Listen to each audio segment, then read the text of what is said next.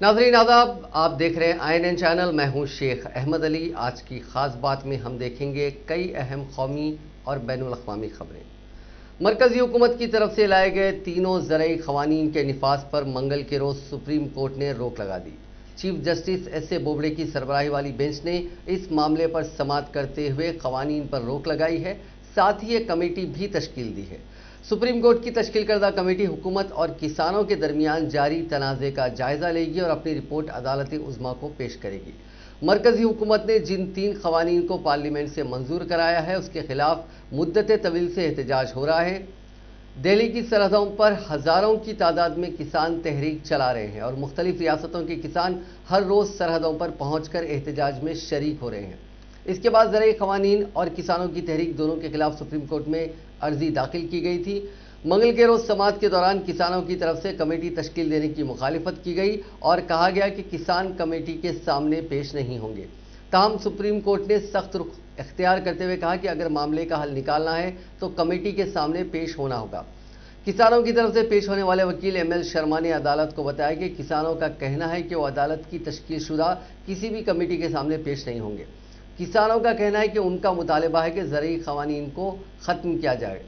इस पर chief justice S.A. Bobde ने कहा कि हम क़वानीन के हवाले से मुतफक्किर हैं और साथ ही एहतजाज के दौरान जानी और माली हिफाजत के तईं भी फ़िक्रमंद हैं। हमारे पास जो क़ुव्वत है हम उसका इस्तेमाल करके इस मामले को हल करने की कोशिश कर रहे हैं। हमारे इख्तियारात में से एक ये है कि हम कानून को मुअत्तल कर दें और एक कमेटी तश्कील दें।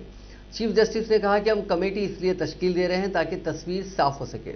हम किसानों के उन दलाइल को सुनना नहीं चाहते कि वो कमेटी के सामने पेश नहीं होंगे। हम मसले का हल चाहते हैं। अगर आप गैर मुअय्यना मुद्दत तक एहतजाज करना चाहते हैं तो आप ऐसा कर सकते हैं।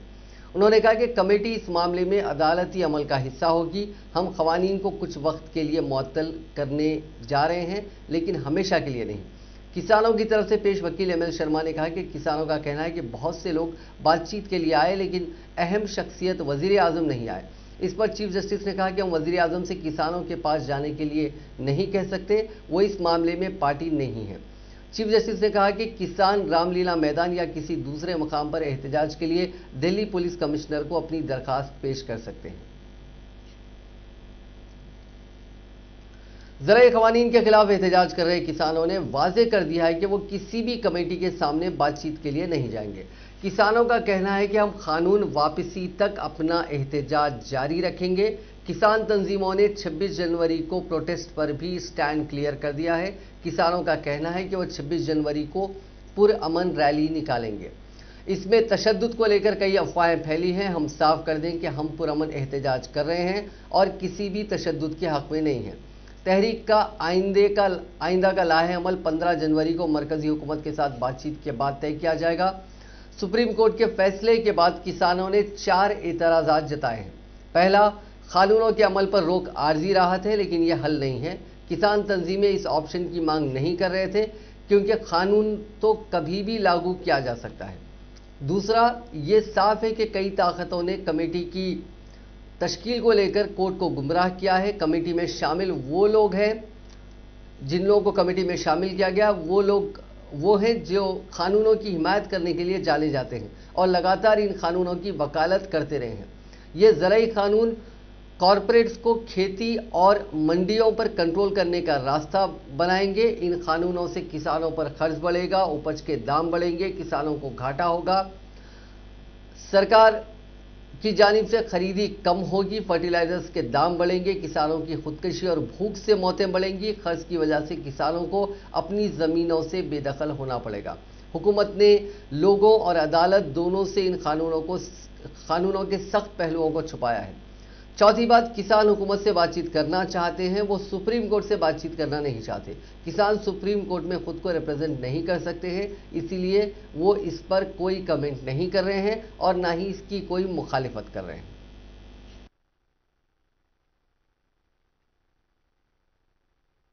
किया कि एक प्रेस नोट दिया जाए। जो प्रेस नोट में हमने सुप्रीम कोर्ट ने जो हमारे संघर्ष के बारे में बोला है या दूसरे कुछ मुद्दे हमारे संघर्ष के बारे में अच्छे बोले हैं, उनको हेल करते हुए, प्रेज करते हुए, साथ ही हमने स्पष्ट किया कि ये कमेटी बनाने का जो एक आया है, विचार आया है, हम किसान संगठन, जो देश के पूरे 500 के करीब संगठन है, जबकि केवल 8 किसान नेता हैं जो सुप्रीम कोर्ट में केस में जा रहे हैं। इसलिए हमने ये तय किया है कि हमने पहले भी इसके बारे में सोचा था और आज फाइनली हम ये तय करके आए हैं कि अगर कल केस का फैसला होने जा रहा है तो हम ये स्टेटमेंट देंगे, और स्टेटमेंट हमने दे दिया है कि हम वो कमेटी बनाने के पक्ष में नहीं है, क्योंकि पूरे देश के हजारों हजार किसान ऑलरेडी दिल्ली के बाहर बैठे हैं, धरना प्रदर्शन कर रहे हैं और पूरे देश के लोगों का ये एक संघर्ष है। इसलिए ये प्रेस नोट जो हमने आज प्रिंट मीडिया में दिया है, इसकी वाजिबियत ये है कि सुप्रीम कोर्ट का कल फैसले से पहले जजों के पास ये हमारी जो बात है पहुंच जाए। इसके लिए हमारे जो लॉयर्स हैं, सीनियर लॉयर दशरथ दवे जी, प्रशांत भूषण जी, फूलका जी और कॉलिन गोंसाल्वेज जी, वो सबने भी कहा कि हाँ यही स्टेप ठीक है, आपको ये प्रेस रिलीज देना चाहिए। और साथ ही मैं कहना चाहता हूं कि कल जो भी सुप्रीम कोर्ट का फैसला आएगा, उस फैसले में आंदोलन के बारे में या बॉर्डर्स के ऊपर बैठे रहने के बारे में, कमेटी बनने के बारे में वगैरह वगैरह जो भी मुद्दे आएंगे, उसको जल्दी से जल्दी किसान संगठनों की मीटिंग बुला के, पंजाब के या संयुक्त किसान मोर्चे की बैठक बुला के उसके फाइनली चर्चा की जाएगी और आगे हमको क्या कदम लेने हैं वो कदम लेने के लिए फैसला किया जाए। जय किसान आंदोलन के संस्थापक सदस्य की हैसियत से बोल रहा हूं। जय किसान आंदोलन सन 2015 में बना किसान संगठन है और आप जानते ही होंगे 2015 से जब हमने पंजाब के ठीकरीवाल से ट्रैक्टर मार्च शुरू किया था, तब से लेके आज तक किसान के सवाल पे हमारा संगठन बहुत नियमित रूप से काम कर रहा है। किसानों का एक समन्वय है, अखिल भारतीय किसान संघर्ष समन्वय समिति, उसकी जो राष्ट्रीय वर्किंग ग्रुप है उसका मैं सदस्य हूं। और जो वर्तमान आंदोलन चल रहा है, वर्तमान आंदोलन संयुक्त किसान मोर्चा के तत्वावधान में चल रहा है। संयुक्त किसान मोर्चा की एक 7 सदस्यीय राष्ट्रीय समिति बनी है, जो कि ये जो 400 के करीब संगठन जो कि वर्तमान संघर्ष में शामिल हैं, उन तमाम संगठनों की एक राष्ट्रीय संयोजन समिति बनी है 7 सदस्यीय, उसका एक सदस्य भी है। अभी हम सभी सदस्यों की बात हुई है। सुप्रीम कोर्ट में जो कार्यवाही चल रही है, आज सुबह सुप्रीम कोर्ट में ये मामला आया, इस पर कार्यवाही हुई और अभी 15-20 मिनट पहले सुप्रीम कोर्ट ने विराम लिया है और कहा है कि वो आदेश पारित करेंगे। चर्चा बहुत हुई है, चर्चा में सुप्रीम कोर्ट ने अपना रुख स्पष्ट किया है, लेकिन आदेश अभी हमारे हाथ में नहीं है। और जैसा कि आप सब जानते हैं, मुझसे ज़्यादा समझदार हैं, कानून में जब तक लिखित आदेश हाथ में नहीं है तब तक आप कुछ नहीं जानते। इसलिए हमारी समिति ने तय किया है कि जब तक लिखित आदेश प्राप्त नहीं हो जाता तब तक हम संयुक्त किसान मोर्चा की तरफ से कोई आधिकारिक प्रतिक्रिया इस पर नहीं देंगे।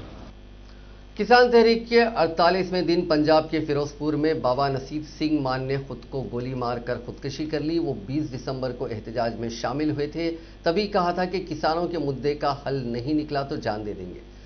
बताया जा रहा है कि मान का भाई खालिस्तान तहरीक से जुड़ा हुआ था। किसान तहरीक में अलग अलग वजहों से अब तक 57 लोगों की मौत हो चुकी है। इनमें से कुछ ने सुसाइड कर लिया, कुछ लोगों को हार्ट अटैक आया था, कई लोगों की जान बीमार होने की वजह से चली गई।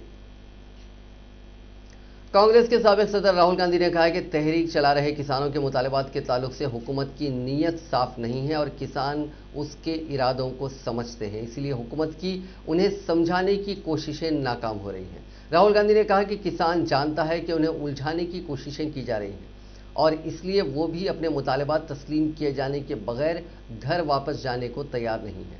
उन्होंने कहा कि हुकूमत की सत्याग्रही किसानों को इधर उधर की बातों में उलझाने की हर कोशिश रायगा है। किसान हुकूमत के इरादों को समझते हैं, उनकी मांग साफ है।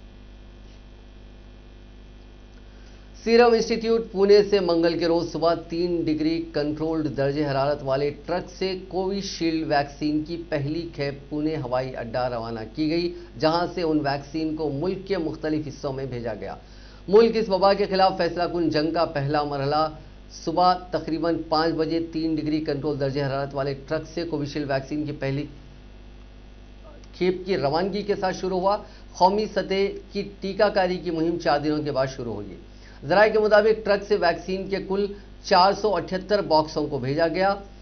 मंजरी से truck serum institute of India के अहाते से सुबह निकला और यहां से 15 किलोमीटर दूर वाक़ हवाई अड्डे के पास वक्त पर पहुंच गया। हवाई अड्डे से 10 बजे मुल्क के मुख्तलिफ 13 मकामात के लिए वैक्सीन को भेजा गया। ट्रक में लदे वैक्सीन को भेजने से कबल ट्रक की पूजा की गई। पुणे से हवाई रास्ते से कोविशील्ड वैक्सीन को जिन मकामात भेजा गया उनमें दिल्ली, अहमदाबाद, कोलकाता, चेन्नई, बेंगलुरु, करनाल, हैदराबाद, विजयवाड़ा, गुवाहाटी, लखनऊ, चंडीगढ़ और भुवनेश्वर शामिल हैं। मुंबई के लिए वैक्सीन की खेप सड़क के रास्ते भेजी जाएगी। सीरम इंस्टीट्यूट से वैक्सीन के जखीरे के ट्रांसपोर्ट के लिए कोलेम्स कोल्ड चेन लिमिटेड के ट्रकों को इस्तेमाल में लाया गया। पहले बैच में एक खेप को अहमदाबाद में एयर इंडिया कार्गो की परवाज से भेजना है।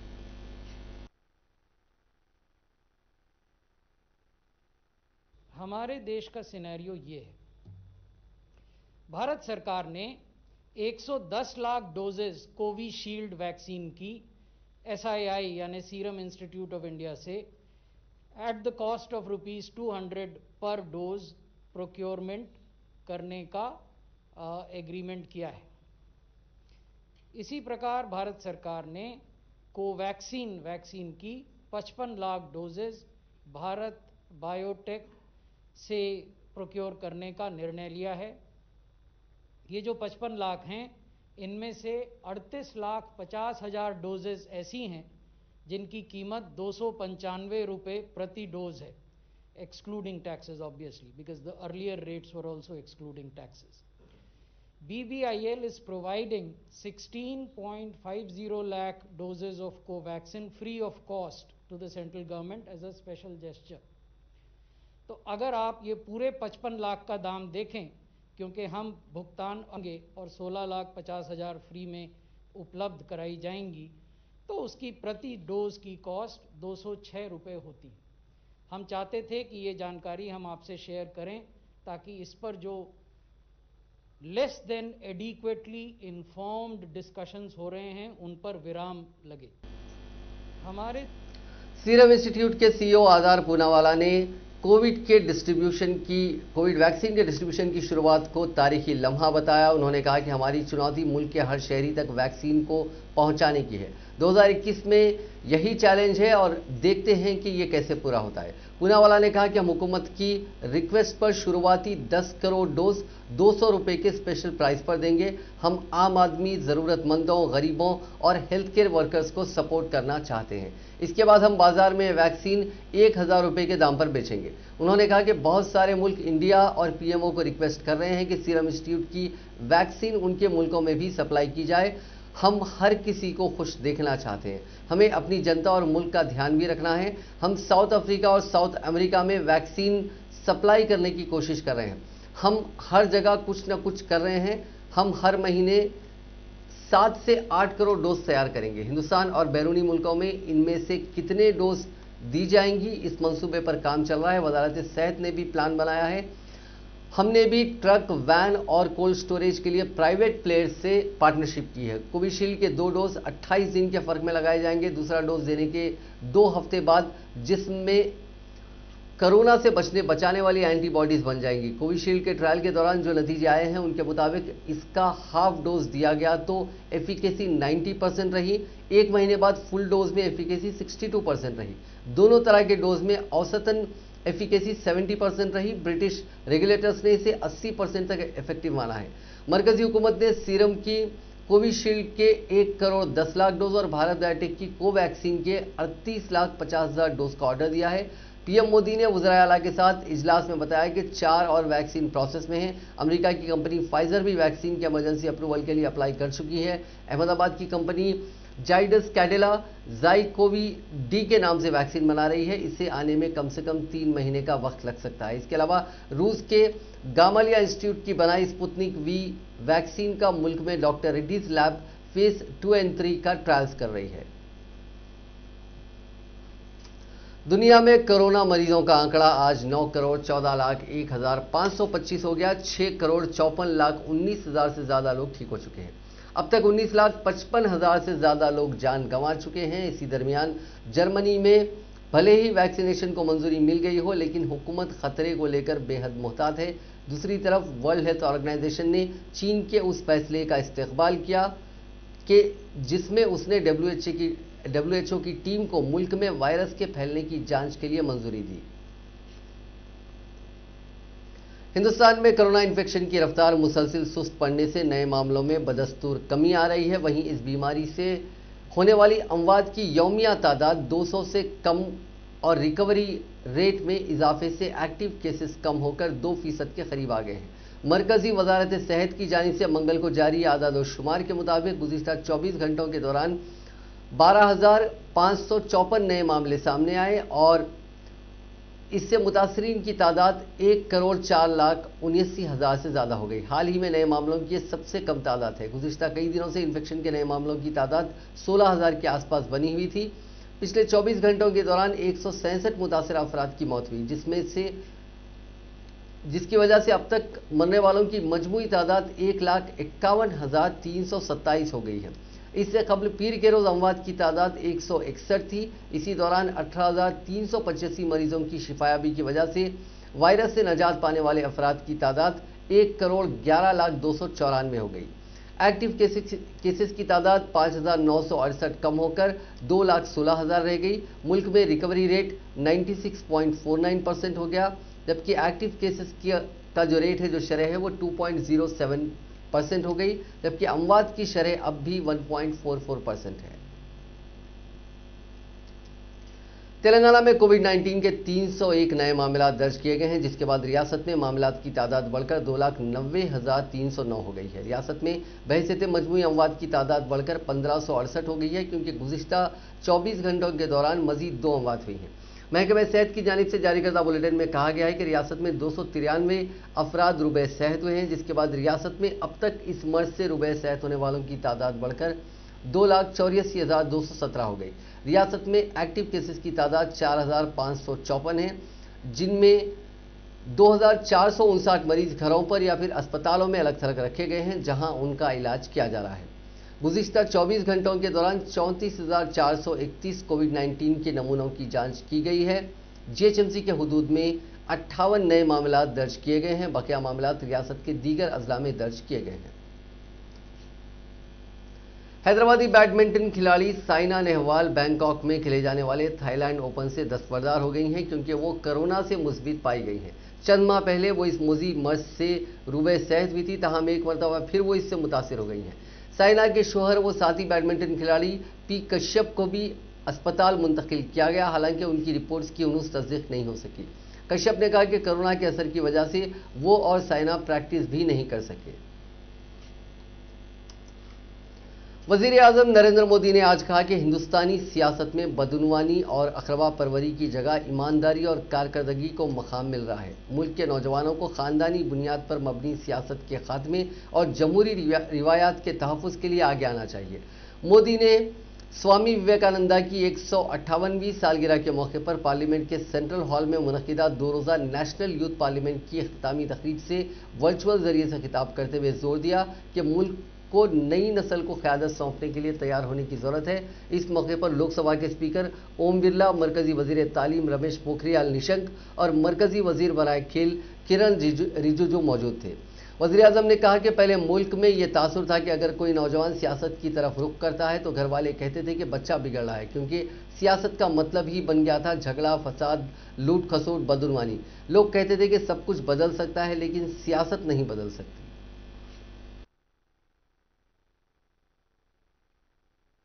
युवा संसद देश की संसद के सेंट्रल हॉल में हो रही है। ये सेंट्रल हॉल हमारे संविधान के निर्माण का गवाह है। देश के अनेक महान व्यक्तियों ने यहां आजाद भारत के लिए फैसले लिए, भारत के भविष्य के लिए चिंतन किया।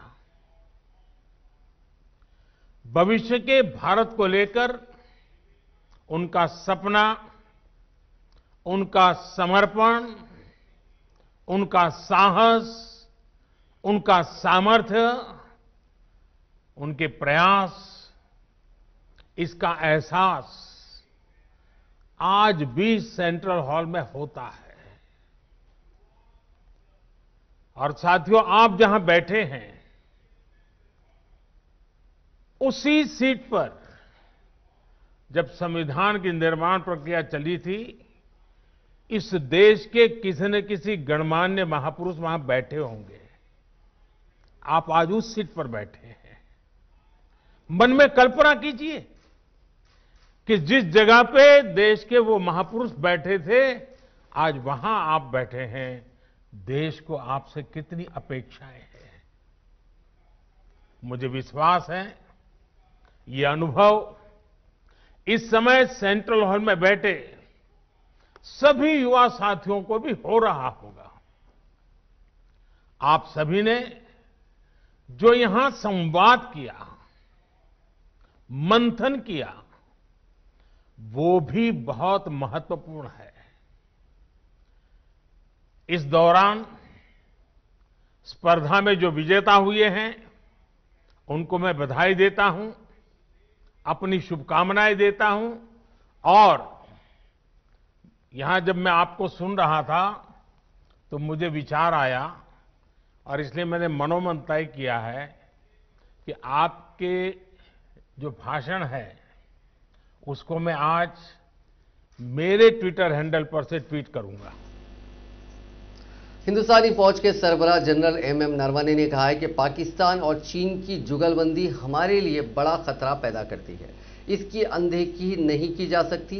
शुमाल की सरहदों पर हम पूरी तरह चौकस हैं और किसी भी चुनौती का सामना करने को तैयार हैं। मगरिबी सरहद पर पाकिस्तान दहशतगर्दी को बढ़ावा दे रहा है, लेकिन उसको साफ साफ कहा है कि यह बर्दाश्त नहीं किया जाएगा। पलटवार का हमारा इख्तियार महफूज है, इसकी जगह और वक्त हम तय करेंगे। हमारा वार अचूक होगा। जनरल नरवणे आज फौज की सालाना प्रेस कॉन्फ्रेंस में बोल रहे थे। फौज के सरबराह ने कहा कि एलएसी पर चीन की तरफ से जो मोबिलाइजेशन हुआ था वो नया नहीं था, वो हर साल ट्रेनिंग के लिए आते हैं। हमारी नज़र भी थी, लेकिन वो ऐसा करेंगे इसका कयास नहीं लगाया जा सकता था। उन्हें फर्स्ट मूवर एडवांटेज मिला। चीन के फौजी पीछे हटे या नहीं, इस सवाल पर फौज के सरबराह ने कहा कि लद्दाख में तनाजे वाले पॉइंट्स पर ना चीन के फौजी कम हुए हैं ना हमारे। एलएसी पर हालात में कोई बदलाव नहीं आया है। हम बातचीत से हल चाहते हैं। अगर जोर आजमाइश लंबी चलती है तो चलती रहे, हम इसके लिए तैयार हैं। जनरल नरवणे ने कहा कि मुस्तकबिल की चुनौतियों का सामना करने के लिए फौज में बदलाव किए जा रहे हैं। मॉडर्न टेक्निक्स पर फोकस है। इसका रोड मैप भी तैयार किया जा रहा है।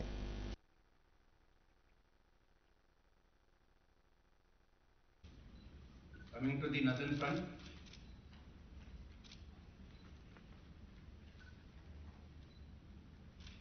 it is not only eastern Ladakh, but we have maintained a high state of alertness all along our northern borders.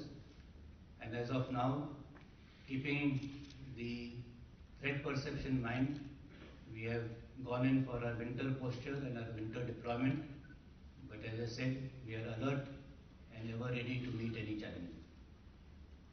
8 rounds of talks between the corps commanders have taken place. We are now awaiting for the dates for the 9th round of talks, and I am sure that through dialogue and discussion, we will be able to reach an amicable solution based on the principle of mutual and equal security and in consonance with the talks and the understandings which resulted. Madhya Pradesh के मोरेना जिले में आज सुबह मुबैना तौर पर जहरीली शराब पीने से 10 अफराद की मौत हो गई। आधे दर्जन से ज्यादा अफराद जेरे इलाज हैं। जिला कलेक्टर अनुराग वर्मा ने मज़कूरा अमवात की तस्दीक करते हुए आज बताया कि बागचीनी थाना इलाके के छेरा मानपुर और सोमाली थाने के पहावली और बलियापुरा गांव में 10 अफराद हलाक हो गए। इनमें से कुछ लोगों की मौत मोरिना में और कुछ लोगों की ग्वालियर डिस्ट्रिक्ट हॉस्पिटल में हुई। उन्होंने मजीद कहा कि अब तक ये वाज़ेह नहीं हो सका कि मौत जहरीली शराब के इस्तेमाल की वजह से हुई या किसी और वजह से।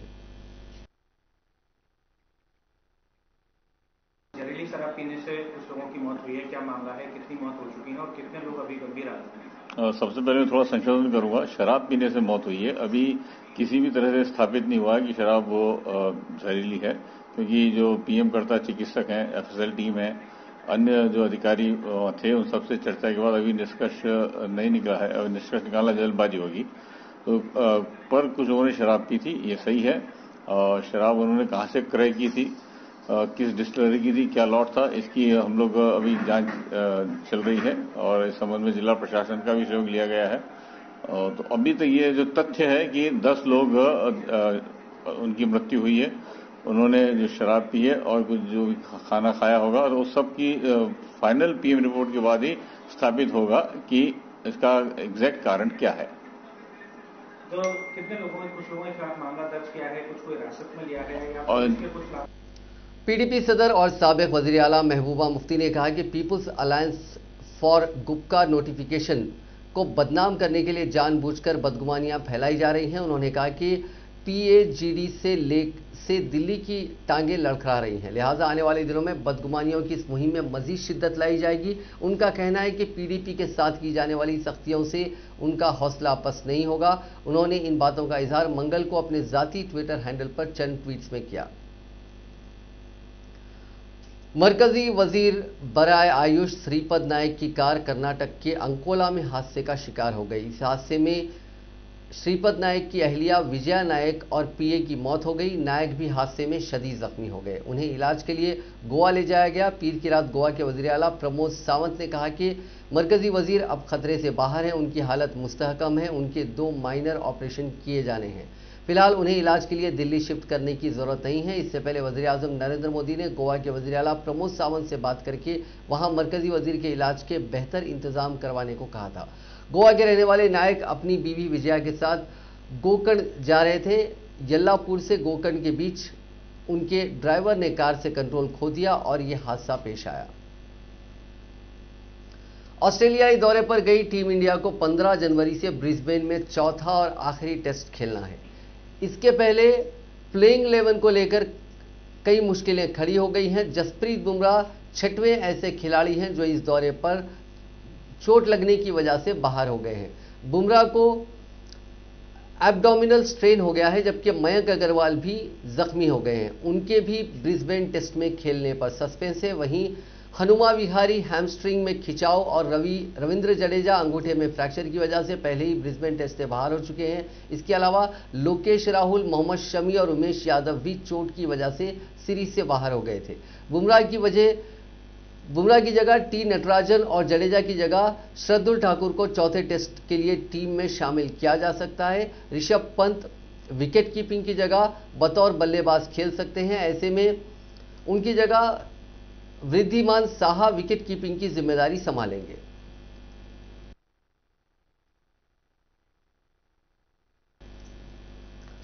कल की रिकॉर्ड तेजी के बाद आज भी शेयर बाजार नए लेवल पर बंद हुआ। पहली बार बीएसई सेंसेक्स 49,500 और निफ्टी 14,500 के पार बंद हुआ है। मंगल के रोज बाजार की तेजी में बैंकिंग और ऑटो शेयर्स सबसे आगे रहे। इसमें सरकारी बैंकों के शेयरों में सबसे ज्यादा खरीदारी रही। स्टेट बैंक यानी एसबीआई का शेयर 3.65% ऊपर बंद हुआ। अहम शेयरों में तेजी के चलते सेंसेक्स 247.79 पॉइंट्स ऊपर 49,517.11 पर बंद हुआ। शुरुआती गिरावट के बीच इंडेक्स 49,079.57 तक फिसल गया था। हालांकि आखिर में उसने 437.54 पॉइंट्स रिकवर किए। आज बीएसई पर 3,253 कंपनियों के शेयरों में कारोबार हुआ। इसमें 1687 के शेयर बढ़त और 1407 के शेयर गिरावट के साथ बंद हुए। 387 के शेयरों ने एक साल का न्यू हाई बनाया। अच्छी बढ़त के चलते लिस्टेड कंपनियों का कुल मार्केट कैप पहली बार 197.47 लाख करोड़ रुपीस के पार पहुंच गया। इसी तरह निफ्टी इंडेक्स भी 78.70 पॉइंट्स ऊपर 14,563.45 पॉइंट्स पर बंद हुआ।